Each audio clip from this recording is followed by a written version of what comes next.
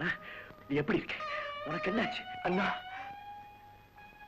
இனிமே நான் பொழைக்க மாட்டேன். உனக்கு ஒண்ணாகாது. நீ நல்லா இருப்ப, நீ நல்லா இருப்ப. நான் டாக்டர், எனக்கு தெரியும். நான் பொழைக்க மாட்டேன். கல்பனா, கல்பனா, விதி எனக்கு வச்ச சோதனையில நீ விழுந்துட்டியம்மா. மாளிகையில இளவரசி மாதிரி இருக்க வேண்டிய நீ இந்த பாவிக்காக போர்க்களத்துக்கு வந்து பலியாயிட்டியே.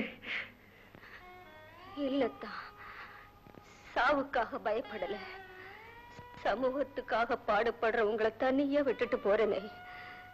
நெருங்கி வந்துகிட்டு இருக்கிற உங்க வெற்றிய பார்க்காம போறேன்னு அந்த வேதனை தான். கல்பனா, நீ சாகக்கூடாது, நீ சாகக்கூடாது கல்பனா. என் சாவை தடுத்து நிறுத்துற சக்தி உன் கையில இல்ல கல்பனா. முத்து, நான் ஒண்ணு சொல்றேன், கேக்குறியா? சொல்லு கல்பனா.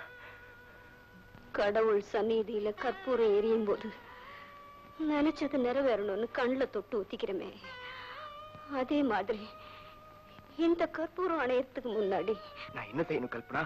சொல்லு கல்பனா. நீ அஹிம்சாவாதியா மாறணும். அதுதான் என் கடைசியா.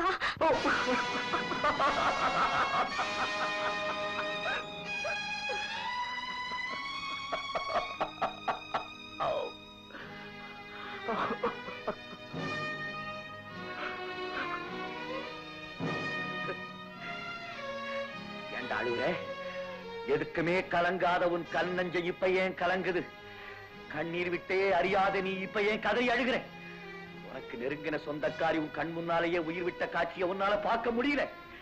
நீ தூண்டிவிட்ட கலவரத்தினாலே பாதிக்கப்பட்டு எத்தனை பேர் இந்த மாதிரி துடிச்சு செத்துருப்பாங்கிறத இப்போவாது உணர்றியா? சமுதாயத்தை மாற்றி அமைக்க வன்முறை ஒண்ணுதான் சிறந்த வழின்னு மார்தட்டி பேசுகியடா. உன் குடும்பத்துல நஷ்டம் வந்தோன்னே கோலம் மாதிரி அழுகிறியே, நீ சுயநலக்காரன். உனக்கு சுயநலம், உன்னுடைய வீரமும் தீரமும் இப்ப என்னடா ஆச்சு? Bloody fool. போதும், நான் போதும், இத கொல்லாதீங்க, நான் திருந்திட்டேன்.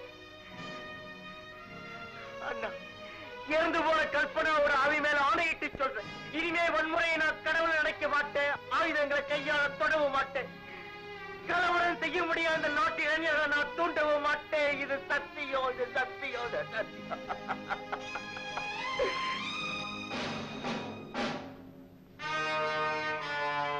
இதுல கௌரவ வரைய எடுமேன் துண்ட